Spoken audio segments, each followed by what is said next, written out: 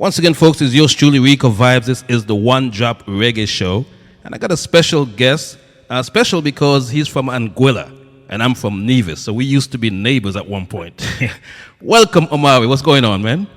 I'm great, Rico. How you doing? I'm doing good, man. I'm proud of you, first of all, and it's an honor to have you on the show because I don't get too many small island people on my show, you know what I'm saying? So it's an honor to have you here, man. Well, it's an honor to be here. I mean, we've been friends on Instagram and Facebook, etc., for a while. I know. But only now I'm even realizing that you're from Nevis. I didn't even realize that. Yes, I was born in Nevis. I'm from Charlestown, Nevis. It used to be St. Kitts, Nevis, and Anguilla at one point. So that's why, that's one of the reasons why I started following you because, we don't get too many artists of your caliber from the small islands. Well, I appreciate that, man. So, appreciate the love, as I said before. I mean, as I say, everything happens for a reason, you know what I'm saying? Absolutely, absolutely. So let's go back a bit, man, because you started out playing cricket, and I used to love cricket back in the day. So, how do you go from cricket to being a reggae star?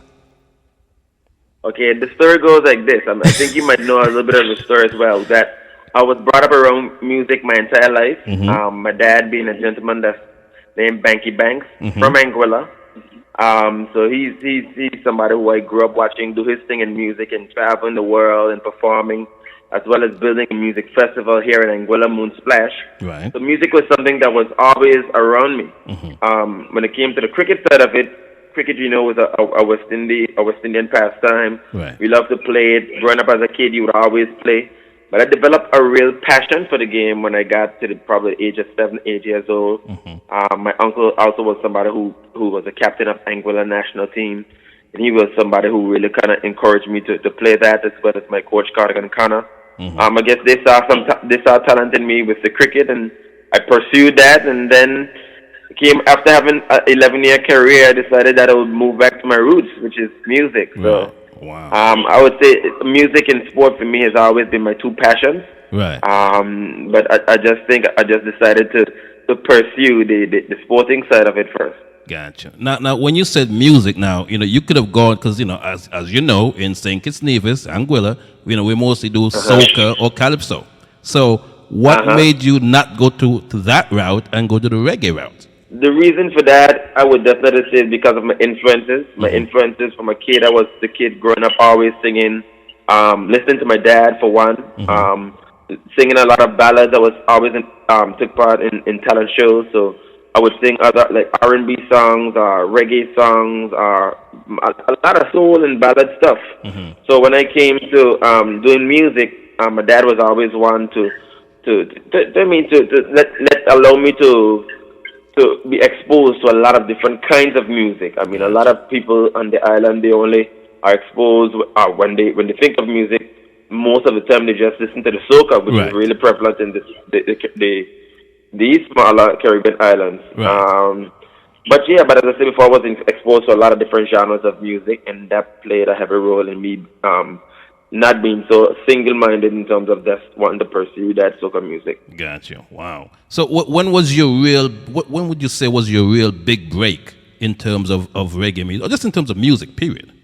I think, like anything, as I said before, growing up in a household where you're able to, as I say, expose to a lot of different kinds of music, seeing a number of different artists come to Anguilla, major artists, whether it be from John Mayer to Bunny Wailer to Buju Banton to Anthony B to Jack Cure, in recent times Chronix, Third World, Benji Myers. I mean, I can name the list of names and go on, but all of these artists are artists who have been around from since a child, really, because of the Moon Splash Festival my dad put on, and just because I just was somebody who loved music. And I think when you love music, it's more than just the genre. You open your mind to explore different avenues, and I've always had that approach to music.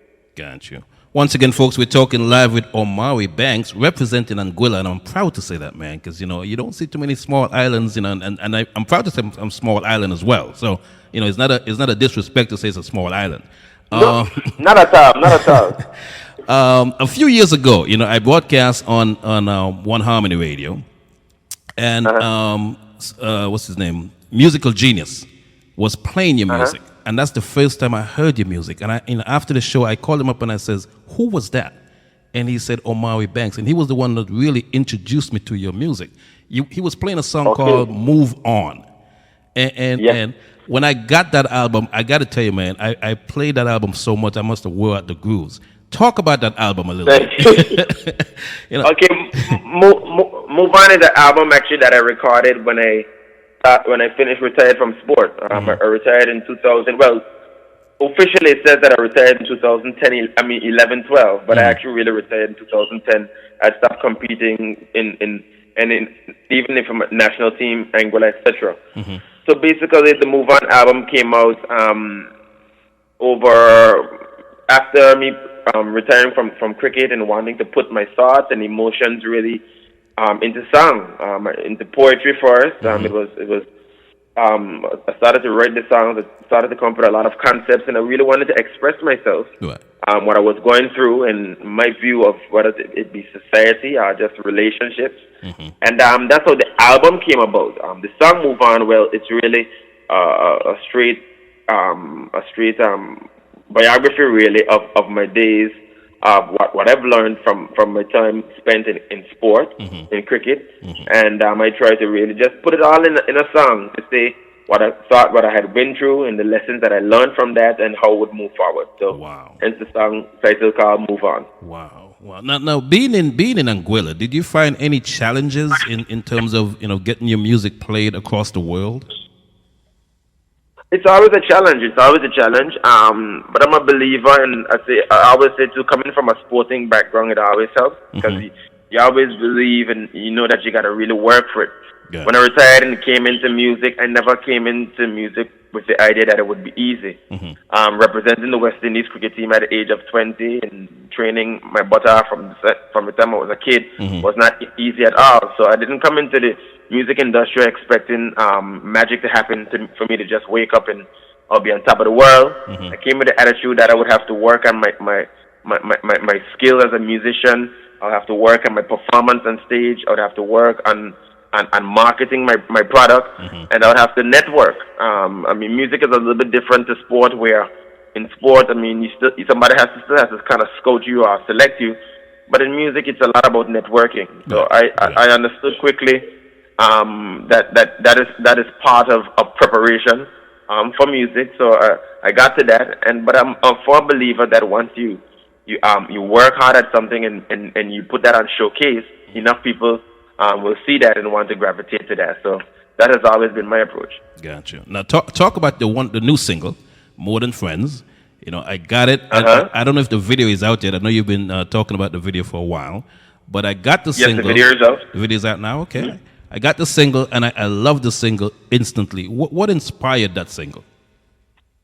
Well, "More Than Friends" is a song actually that I did with a producer from Canada. He's a friend of mine who I met through association with a gentleman who's a legendary musician in himself. A gentleman by the name of Benji Myers is the guy who I met initially, and then he was actually the producer of the song "More Than Friends." Is a Canadian guy who I met in Jamaica. He loved the music that I was doing, and he thought it would be a great idea for me to do a song on his rhythm. So this was actually the first time I had ever worked with a different producer on my music. So basically, I was writing on a rhythm per se, how they call it reggae music. Because before that, all my music was organic. Gotcha. So that's how the song came about. The song "More Than Friends," though, I really wanted to write something with a kind of a young, fresh approach to the song, and that's what I did when I decided to write that one. I think it's a song that attracts a kind of a younger crowd. Yes. The topic within itself, "More Than Friends," lends to that listener. And it actually was fun for me to go about writing the song because let's say before it was something new, and I'm always open to try new things, especially as an artist. I think that's very important. Absolutely. Once again, folks, we're talking live with Omari Banks. Now, when I saw that you were going to be on tour with Morgan Heritage, Gramps Morgan, Peter Morgan, those guys, of course, Gramps has a show here on The Flavor. I said to myself, what are the odds for an artist like yourself to get that nod. I mean, it's very rare for an artist to get to go on stage on tour with artists of Morgan Heritage caliber. How did that make you feel? What was that experience like? Well, first, I'd like to say a big shout out and maximum respect to the whole Morgan Heritage family. Gramps Morgan, Peter Morgan, Mojo, Yuna, Luke, I mean, the whole crew. But yeah, I mean, Gramps Morgan and Mary Morgan actually did a show in Anguilla with my dad a couple of years back. And that's how I got in touch with Gramps Morgan. He was always encouraging and giving lessons as an artist. But we became friends over over social media and over WhatsApp and BlackBerry, etc. We talked over a couple of years. Coincidentally, I did a show in St. Martin where I was on the bill. Myself, Morgan Heritage, High Octane, and Alkaline did a show in St. Martin, and we performed. And I started to work after that show with actually somebody who was working with them previously in terms of management. They saw my show, liked the show, and thought it was something that we could work together. The song with Peter Morgan came about because of that connection as well. And then from there they thought it would be a great idea, and we both thought it would be a great idea that we take that show to the road. I think a lot of work had gone into, as I said, the song and to marketing in Europe, marketing in the Caribbean. We thought it was a great time to really kind of showcase that. So as I said before, I got to get a big shout out to the guys from Morgan Heritage because they've been nothing but supportive all the way through. Absolutely. So what was the experience like? I mean, did you ever experience something like that before? No, that was my first tour, like major tour. Obviously, I've done shows in the Caribbean. I've done promotional runs in the UK. I've done numerous show or tour of this magnitude. I hadn't done that in the past. But the timing was right, as I said before. I believe, especially in music and anything, timing is so important because you've got to lay the foundation before you go out on the road. And I thought that the foundation had been laid. We had songs that were playing over in the UK. We did our marketing over there. And it was actually the natural progression to take it to the road. Gotcha. And the experience was a great one. And anytime you're going on the road as a young artist, it's going to be a challenge. You're going to face a crowd that, although they may have heard of your music, don't know much of your music, but you've got to take it to the crowd and you've got to really represent your product well. And in a nutshell, when I went over there, I was well received. I'm actually going to be definitely going back over to Europe next year to perform and do festivals. So I'm really excited. It's been a great experience, and the progression has been a great one from the tour even to now. Wow. Well, once again, folks, we're talking live with Omari Banks. Now, are you satisfied thus far? Is there anything that you haven't done that you wanted to do this far?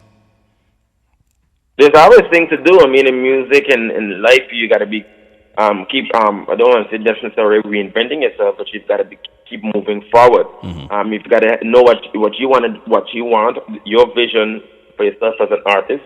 But as well as you have to be open to listen and look around the music and see the trends, but have a kind of boundaries of what you see for yourself. And I have a lot of goals for myself. Music for me I believe it's international. Reggae music for sure is international. And I love to represent music. The songs that I create, even when people listen, I always get a comment saying, "Oh yeah, it's reggae, it's music, but it's different." And I like that. I like the fact that when you listen to my music, there is something that says, "This is a different artist," or "This is Omari Banks." And I don't like to be put in a box per se, right? But I like the fact that there's something that's about my music that has at least a sense of uniqueness to it. So gotcha. I'm really happy about that. Gotcha. So what do you have in plans for 2016? More Than Friends is out now as a single. Is there an album or an EP to accompany that? Yes. So yeah, we're looking forward to releasing an EP and a number of singles come the start of the year. So definitely 2016 will be a busy year for Omari Banks, where there'll be recording and music videos and touring, and just getting the word out. Definitely 2016 would be a big branding awareness of the product and brand Omari Banks, and I'm really excited for it. Every artist's goal and dream is to really make their music I'll take it to the global and international stage. I've made a step already, Right. and going on tour in the UK and Europe and doing that. And now, 2016, we intend to take it even further. Wow, wow. So for the folks who don't know who you are, how can they get in contact with you, follow you on the social media? We're live in the UK, we're live in Canada, Germany, Africa. So for those folks, let them know who you are. Well, this is Omari Banks. I'm very easy to get in contact with. You can follow me on Facebook, Omari Banks Music. On Instagram, it's Omari Banks 11. And Twitter, it's Omari Banks 11. But yeah, it's the same Omari Banks who played cricket for the West Indies at the age of 20. I've been around music my entire life. I've been blessed to be supported by a lot of people back here at home. So I got to give a big shout out to my friends and my fans and family back here in home, in the Caribbean and all over the world. People who support Omari Banks. Right. So I'm easy to get in contact with, as I say. Don't forget to check out my webpage as well. It's www.omaribanks.com. Well, you know what? A few months ago, I interviewed British Dependency, and they were here in Atlanta. And, you know, can we see, you know, you guys are doing your thing. You're both doing your thing. Can we see a collaboration with Omari Banks and British Dependency sometime soon? Yeah, at some point in time, once the timing is right and everything is lined up, definitely. I mean, as I said before, we represent music. We also represent Anguilla music. British Dependency is a band which I've seen the different shapes and shades of British Dependency, and they've grown. And definitely, as I said before, we're both Anguilla, we're homegrown, and you got to support each other. And definitely, we may have something coming. I can't put a date to it, but definitely at some point in time for sure. All right. Now, before you go, you just coming back from the Jamrock cruise. How was that experience? That was a great experience. The Jamrock cruise is definitely, if you're going to be doing reggae music, you've got to be there. I mean, whether it be from manager to producer to artist, it's on that ship. And it's the spot to be. The vibe is great. The music speaks for itself, just from the caliber of artists that take part in the event. Right. But it's a great experience. It's a good vibe. Energy is something that's so important. And when I was on the cruise, the love was there, and everybody that came out. I mean, you became like a family for the time you were on the ship. So absolutely, it was a great experience for me. It was my first experience being on the Jamrock cruise, and this is the second event, and I'm actually really looking forward to not only just going on a cruise, but performing on a cruise next year. That's one of my objectives and goals. Wow. Once again, folks, Mr. Omari Banks, it's been a pleasure talking to you, man. When the album or the EP comes out, I want you to come back. I want you to talk about it and just let the fans know exactly what's going on with you. But shout out to your fans before you go, man. Yeah, man. So I got to give a big shout out to all my fans in the UK, all my friends in the Caribbean, people over in Africa, the UK, the United States of America. We got to say much love, respect. This is your boy, Omari Banks, from Anguilla, representing the 264 and everybody who represents Omari as well.